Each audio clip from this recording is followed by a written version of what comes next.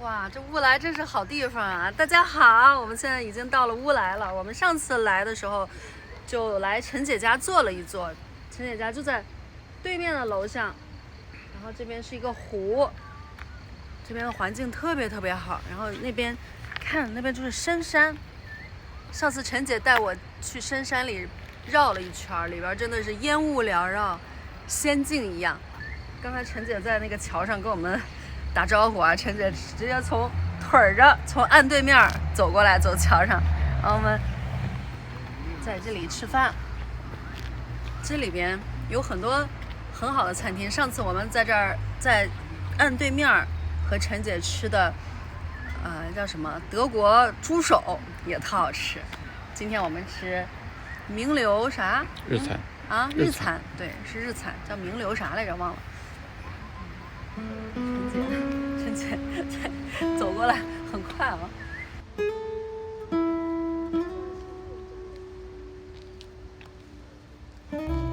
我们上次来的时候就觉得乌来特别好，这环境也好，然后离台北也不远，就40分钟。然后看住在这里多好，空气又好。对，我们如果说未来来台湾居住的话，我们乌来是我们的首选地。上次来就觉得超棒。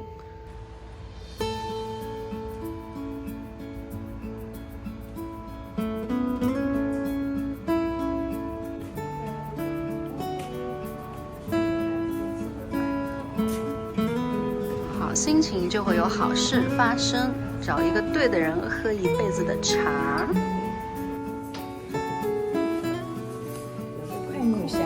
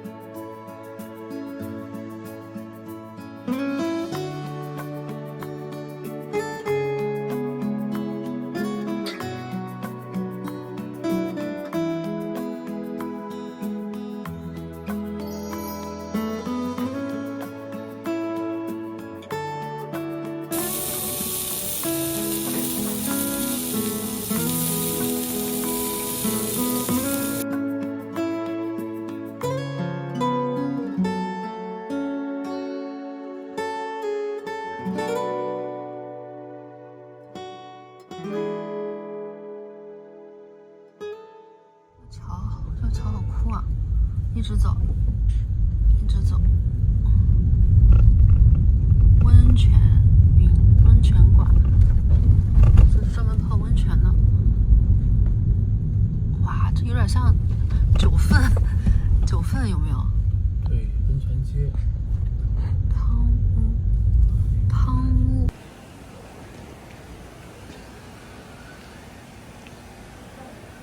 我们这边都是民宿，没有24小时开着，这边每一家晚上都会关门，我们也会关门，我们关门时间是晚上11点，11点，如果你还有要外出的话，可以再麻烦你们11点钟以前要回来。那明天早上7点半就会开门，7点半，对，所以你如果明天早上想要去晨运啊，去散步，去走一走的话，7点半以后就可以外出。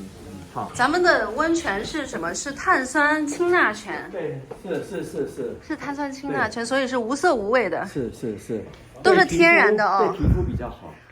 北投阳明山的是硫磺泉，筋骨比较好。对什么？筋骨。筋骨比较好。对，来，我先占用1分钟时间跟你们介绍一下。行李在这边已经拿过来了。有任何问题要找我的话，电话拿起来以后按8。按8，然后跟他讲你们的房号，你们今天晚上住的房号是302。好，302，钥匙我搁这里，退房的时候再帮我拿下去还给柜台。这边有洗头发、洗澡的2大2小的毛巾。好，待会要泡温泉之前有2个黑色的球，我示范一下，先放1颗，再放另外1颗，这样子水才会接得满，才不会流失掉。红的是温泉，蓝色的是冷泉。好，这样子是关掉。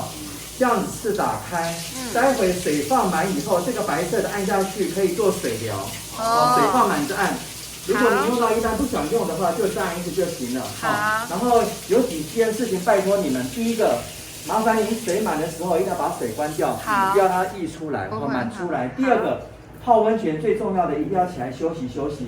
这边有个告示牌，稍微看一下哈，有好无坏。这个房间有2个池子，一个大的是泡热的，一个小的是泡凉的。好，这个是电视遥控器，待会可以泡温泉看电视。如果您要转台的话，遥控器对着屋顶上那边有 sensor， 好不好 ？OK， 好，窗户泡温泉的时候尽量开一点，不要关得密不通风。好 ，OK， 来里面请坐，谢谢，晚安，谢谢。来嘛，这个民宿叫龙门精致温泉民宿，在乌来啊，咱们的乌来的温泉呢是碳酸氢钠温泉，天然的温泉，无色无味，也可以叫做美人汤。我手里拿了把刀，就是为了切老板今天买的那个西瓜，特意问民宿的老板借了一把刀，然后呢，民宿老板颤颤抖抖跟我说不要发生危险哈，我说好。我准备泡澡。这个民宿是我们那个前辈陈姐帮我们找的，说是在这个乌来地区评价很高的一个民宿啊。它只有4个房间，就算我们在这儿住2天，我们就是明天也是要先 check out， 把行李打包好，然后在这儿寄放行李，晚上6点再回来，因为它白天它还就这个房间这个水池它会清理干净。再租给就是钟点的客人，然后我们6点回来之前，他再清理干净，我们再来住宿。然后他有就是没有床的，就是2人泡汤池，就只有池子，但是有好像床的房间就只有4个。它有别的是不？对，它没有床的，就只有池子，就咱们上次泡的那个，咱们上次是在哪儿泡的来着？宜兰。那咱们那一次是在哪儿泡的来着？南方澳、苏澳。我觉得台湾的温泉很厉害啊，到处都有各种各样的温泉。我们上次泡的就是那个黄色的温泉，就是金汤，然后它这边好像还有什么银汤，还有什么这汤那汤，我也都分不清啊。但是就觉得台湾好神奇，就是各种各样的温泉都有。今天我们就来泡美人汤，看看我泡完了美不美？来嘛，借着这个泡美人汤的机会，和大家聊聊这些年我为了变好看做的一些蠢事儿吧。虽然都是小事儿哈，但是每一件都足以让我捶胸顿足好多年。我也没有在贩卖容貌焦虑啊什么的，每个人都有追逐变漂亮的权利。但是呢，我走过的弯路，希望大家就不要再走了。虽然有点暴露缺点啊，但是主打一个没把大家当外人。这几件事呢，不分大小，不分前后，每一个我都觉得现在想起来都很蠢。第一件事儿就是整牙。那我呢，从小牙齿非常非常的齐，就是像现在这样。但是呢，前几年突然间有一个说法，就是完美侧颜，就是你的鼻子和你的下巴连成一条线的时候，你的嘴巴要在这条线里面。还有呢，就是你的后脑勺要是一个圆润的后脑勺，这样才是一个完美的侧脸啊。好巧不巧，我这2样都没有。这后脑勺呢，我是没有办法的。其实很多80后、90后的姐妹都有同样的困扰。因为在我们出生的时候，我们的妈妈因为当时的审美，把我们睡成了扁脑壳，觉得当时扎马尾好看嘛。只不过现在过了几十年以后，这个扁脑壳已经不符合现在的审美了。我觉得大家不要因为这个焦虑，因为我们的扁脑壳承载了我们的妈妈对我们的爱。再就是呢，这个嘴凸的问题，我呢鼻子就天然长得就是又小又矮，还有点朝天鼻，然后我还嘴凸。那我没有胆量去做鼻子，因为做鼻子是一个很大的手术啊。我就想我可以整牙呀，整牙简单呀，不就几年的时间嘛。当时我整牙时应该是32岁，也算是大龄正畸，所以我选择了那个隐适美，就是透明的牙套，塑料的，每天套上。它比传统的钢牙呢要贵个2000美元，传统钢牙是4000美元，我当时做的是6000美元。我整了4年以后呢，我的嘴巴该凸还是凸，从侧面还是凸，这边还是凸。我想给想正畸矫正这个嘴凸的姐妹们提个醒，就是如果你的牙齿是牙性嘴凸，就是你的牙齿是龅牙，滋在外边，你做钢牙或者是做隐适美都没有问题，它会让你变得更美观。但是你如果和我一样是骨性嘴凸，就是这个骨头是伸在外面的，你的牙齿跟着骨头是伸在外面，但是它是直的话，叫骨性嘴凸，就是从骨头这儿就嘴凸的话，如果它没有影响到你的生活，没有就是让你觉得自己真的丑的过不下去了，大家千万不要做，因为你想要真正的去整这个骨性嘴凸的问题，只有正颚手术。你不管是箍牙还是隐适美都没有办法解决。我现在整完就是完全就是一个白人前的一个状态，但是我很幸运的是呢，当时那个医生建议我拔牙，这样他牙齿可以往里收嘛。但是我因为我本身牙齿就只有28颗，所以我没有让他给我拔牙，只让他给我把牙齿磨小了。我为什么说幸运我没有拔牙呢？因为我拔了牙，他给我往里箍，为了填那个拔牙的缝隙，他必须要把牙齿往里箍，但是我的骨头还是在外面的，他只能把牙齿往里收。就多少年以后，我的这个牙齿整完了，它是一个往里收的状态，那就是跟老太太没有牙的老太太一样了。抓重点就是你的牙齿如果是不齐或者是牙性嘴凸的话，我鼓励大家去整牙，因为它会让你变得更美观。但是你的牙齿如果是因为像我一样骨性嘴凸的话，除非它已经影响到你的生活，影响到你的社交，影响到你的未来，大家就不要随便去动它了。毕竟美不是只被这一种说法去定义的，不一定非得是就是嘴巴就得在这条线里面才是最好看的。第二件事呢就是漂头发，大家看我现在有的时候邋里邋遢，头也不梳，然后脸也不洗就出门了。但是姐曾经也是一个出门必须要妆发完整、大口红、指甲做好了，然后大高跟鞋才出门的人。然后有一年我就决定去漂头发，因为当时特别流行什么奶奶灰啊什么的。我呢不反对大家去漂头发，但是一定不要像我当时一样就是整头的去漂。如果你想要去漂的话，你可以就是一条一条的去漂，就是不要贴在头皮上漂。我贴在头皮上漂的后果呢，就是它每隔1、2个月它长出来以后就是一个很死板的黑色块，你就要去补漂长出来的头发。那补漂呢，就有一个问题，就是它会有 overlap， 就是你之前漂的头发和你新漂的头发会有一个重叠。然后我连续漂了几次以后呢，就发现断了很多头发，然后头发就越来越少，越来越少。整个贴头皮漂的话，还有一个风险就是你这个漂发剂就会渗透到你的头皮里。我后来决定就是拿出1年2年的时间去养这个头发，然后等我的新的头发长出来以后，我发现长出了很多白头发。我不知道是不是因为这个漂发剂把我的毛囊破坏了，造成我开始长白头发。当然有可能是我老了哈。抓重点啊，就是漂头发的话没问题，不要贴着头皮去染，对头发对头皮伤害非常的大。你要实在是想染的话，就是做一个那种造型的那种，那叫啥呀？那叫什么？大家懂的。那第3件事儿就是拇指外翻的手术。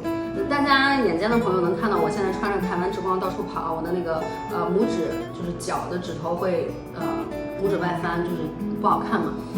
我曾经呢会因为这件事情非常的自卑，所以我后来就去做了手术。我当时还在北京骨科医院找到他们的主任做的手术。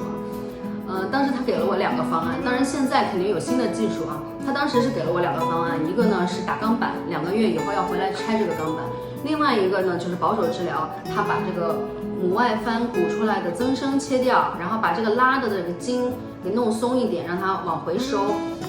我选择了这个保守的治疗，但是呢就是没有用，现在就是导致我的脚该拇指外翻拇指外翻，然后还多了2条疤。白白受苦白白花钱这个事情对我来说不是最刻骨铭心的啊。最让我觉得没羞没臊的呢，是我做手术的时候呢是要光屁股的。我不是很理解，就是我做一个脚的手术，离我的私处那么远的一个手术，我为什么要光着屁股？消毒呢要从我的脚消毒到大腿根儿，然后呢我还不是全麻，是半麻，我就要在一个清醒且尴尬的情况下，光着屁股躺在冰冷的手术台上，身体冷心也冷，然后有一群不是妇科的男大夫站在我的脚下一排，给我在那凿脚。我当时真的是特别尴尬，就是觉得特别难为情。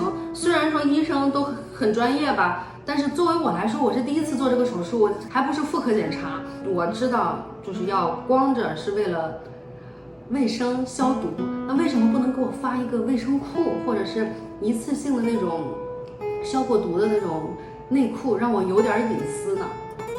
这个事儿真的是想起来真的是盖过了我的这个拇指外翻的痛苦啊。后来我也和这个拇指外翻和解了，因为我看了一个帖子啊，就一个姑娘分享她男朋友跟她求婚，然后她特别的美，特别的开心，然后她的拇指外翻比我还严重，但是她穿了一个特别漂亮的凉鞋。因为我有拇指外翻，所以我是关注到了这一点。底下的留言啊，99%的人都在说哇，你真的好美啊，你真的是好开心啊，祝福你啊，怎么着。只有一个人说，哎，你的拇指外翻好严重啊！这女孩就回复了一句，我觉得特别棒，就是说，哦，我没有很关注这件事情，所以我没发现这个事儿。然后当下我就立马意识到，就是你的缺点只有你自己在关注，如果你不把它当做一件事儿的话，别人不会把它看得太重。大家喜欢的，大家能感受到的是你整个人的这个 energy， 你散发的魅力，而不是盯着你的这个一点点缺点来看。就算有人真的就是过来指出你，哎，你的脚怎么这样，你的胳膊怎么这样，你的头怎么这样，你要知道，首先这种人不值得你去为他去内耗，第二他也有他的缺点，每个人身上都有缺点，只不过你不知道而已。我们习惯就是把自己没有的和别人有的去对比，比如说，哎呀，为什么我是水桶腰，别人是A4 腰，但是你没有看到你的腿可能比他长。人的所有的烦恼都是来源于对比，所以大家不要过分关注自己的这些小缺点，要更加的去发扬，去关注自己有的这些优点，来把它发扬光大，让大家感受到你的这个自信，不要因为你的这些小缺点而自卑。下一件事情就是打耳洞。前几天有位朋友奥菲利亚问我，你的这个耳钉怎么没有啦？怎么拆了？我看你打了，我才去打的。我一想完了，我希望这个奥菲利亚没有走我的后路啊，所以我赶紧把这个视频提上日程，跟大家聊聊这个打耳洞的事情。就是如果有想要打耳洞的姐妹，或者是你的孩子要到了打耳洞的年龄，我可以来看看我的这个经验啊。那打耳洞呢有两种方式，一个是打钉枪，一个是用手穿。你如果想打在耳垂上的话，你用什么方法都没问题，打钉枪就足够了。但是你如果想要打在耳骨上的话，一定要选择手穿的那个方式。虽然听起来比较可怕，但是它在后期护理方面真的是省心很多。我给大家打个比方就知道了，你把你的耳朵这块骨头想象成一块玻璃，如果你往里打一颗钉子的话，它会 crack， 它会有各种的裂纹，就是你后期不管怎么再动它，它都会牵动这些裂纹，都会让它发炎。但是呢，你手穿这个耳洞的话，它用的那个针呢，是像咱们打点滴的那种针，中间是有一个空隙的。那你在你的耳朵上钻一个洞的话，它等这个周围的这个肉长好了的话，它就是一个洞。你不管你怎么扯它，不管你怎么弄它，它都不会发炎。那我的这个耳洞呢，是当时我30岁生日的时候，因为我一直想打耳洞，我想我都30岁了，我赶紧去打一个，再不打就老了。没做好 research 就去打了，打钉枪，6年到现在6年了，一直在发炎。就上次我做那个泰式按摩，那个姐姐帮我按摩耳朵的时候，她只是轻轻的碰了一下，但是我一直发炎到前几天，所以我实在是受不了，在血肉模糊的情况下，我忍痛把它给拔了，现在就长死了。我很幸运的一点是它没有增生，它没有增生。我看有些姐妹就是增生的很厉害，都有着鼓的大包。再抓重点，你如果要打耳洞的话，打耳垂你怎么打都没问题，你要打耳骨的话，一定要用手穿的方式去打。不然你就是睡觉压到它，梳头梳到它，或者不小心碰到它，按摩碰到它都会发炎。最后一件事情呢，是我上大一的时候，虽然年代有些久远了，但是真的是让我悔恨了很久。就是当时有一点要就是把自己整漂亮的意识了哈，所以就是想给自己脱毛嘛。当时没有想说要去美容院去专业的地方去做这个脱毛，我就想着在大超市，一定要在大超市买质量好的脱毛膏。我就去买了一个最贵的脱毛膏，然后涂完腿，我还剩一点嘛，就不想浪费嘛，学生党嘛，穷嘛，就涂在了胳膊上。但是就不知道那个里面有什么成分，我是过敏啊还是怎么着，就是涂上去过了不到5分钟，我的整个胳膊就是火辣辣的，然后我就赶紧给洗掉了。洗掉了以后呢，我的这个胳膊皮肤不是有纹路嘛，每一个纹路都是裂开往外渗血的。哎呀，就这时候我就觉得，如果我当时娇气一点就好了，就去医院找医生处理，给我消炎，给我包扎，我后来就不会有后边一系列的困扰。我当时这不女汉子嘛，就觉得嘿，这点小伤算什么呀，就是长长就好了，年轻嘛，皮肤更新快。结果就是不停的有毛囊炎，困扰了我很多年。现在就是有的时候还能看到一些小点儿的。